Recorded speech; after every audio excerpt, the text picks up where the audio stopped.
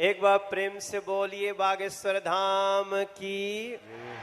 आए दिन वायरल होती रहती है, लेकिन हैरानी तो तब होती है जब बड़े बड़े फिल्मी सितारे इनके धाम प्रवचन और गीत सुनने पहुंच जाते हैं। फिर चाहे वो मोदी सरकार के सबसे दिग्गज नेताओं में से एक और मशहूर गीतकार मनोज तिवारी हो, या फिर साउथ इंडियन फिल्म इंडस्ट्री के सुपरस्टार सुमन तलवार हो, लेकिन जिन्होंने कई बड़ी बड़ी फिल्मों में काम करके अपने अभिनय का जौहर दिखाया। और अभी कुछ ही समय पहले एक वीडियो जमकर वायरल हो रही है, जहां पर ये दिखाया जा रहा है कि अमिताभ बच्चन जी बागेश्वर धाम सरकार के दरबार में बैठकर भजन कीर्तन कर रहे हैं। इतनी कम उम्र में बागेश्वर बाबा का इतना ज्यादा प्रसिद्ध हो जाना कोई मामूली बात नहीं है, लेकिन ये सब कुछ एकाएक नहीं हुआ, बल्कि इसके पीछे हनुमान जी की कृपा और बागेश्वर धाम सरकार की कड़ी मेहनत है।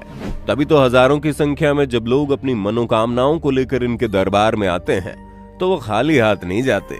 इनके चमत्कार इतने ज्यादा प्रसिद्ध हैं कि बड़े बड़े मीडिया हाउसेज ने इनका सच जानने के लिए कई बार इनके भक्तों में बैठकर स्टिंग ऑपरेशन किया और ये जानने की कोशिश की कि आखिर ये कैसे लोगों के मन की बातें जान लेते हैं। पर जितनी बार इनके ऊपर शक किया गया, लोगों का इन पर विश्वास उतना ही पक्का होता चला गया, क्योंकि जिस किसी की भी अर्जी लगती है, बागेश्वर बाबा उसे अपने पास बुलाते हैं और उसके मन की बात को जानकर एक पर्चे में लिख देते हैं, जिसके बाद जब भक्त इनके पास पहुंचकर अपनी परेशानी बताता है तो वे देखकर हैरान हो जाता है कि बागेश्वर बाबा ने पहले से ही उसके दुख तकलीफ पर्चे में लिख रखे हैं। इतना ही नहीं, कहा जाता है बागेश्वर बाबा के ऊपर हनुमान जी का आशीर्वाद है, जिसकी वजह से इन्हें दिव्य दृष्टि प्राप्त है, जिसकी सहायता से ये न केवल लोगों के मन की परेशानी जान लेते हैं, बल्कि भूत प्रेतों को भी भगाने में बहुत बड़े उस्ताद हैं। पर दोस्तों, ये शुरू से ऐसे नहीं है।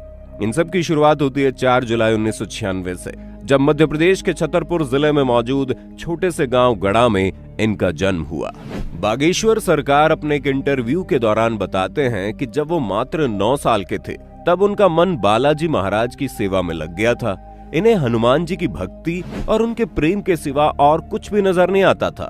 बागेश्वर महाराज का कहना है कि हनुमान जी की भक्ति और उनकी कड़ी साधना का ये परिणाम है कि उन्हें ऐसी सिद्धियां प्राप्त हुई हैं, जिसकी वजह से वो लोगों की सहायता कर पाते हैं। धीरेन्द्र शास्त्री ने अपनी शुरुआती शिक्षा अपने दादाजी के साथ रहकर प्राप्त की।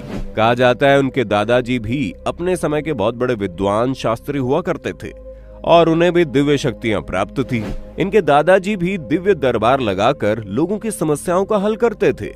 तभी से धीरेन्द्र शास्त्री ने अपने दादाजी को अपना गुरु मान लिया और उनसे सारी चीजें सीखने लगे।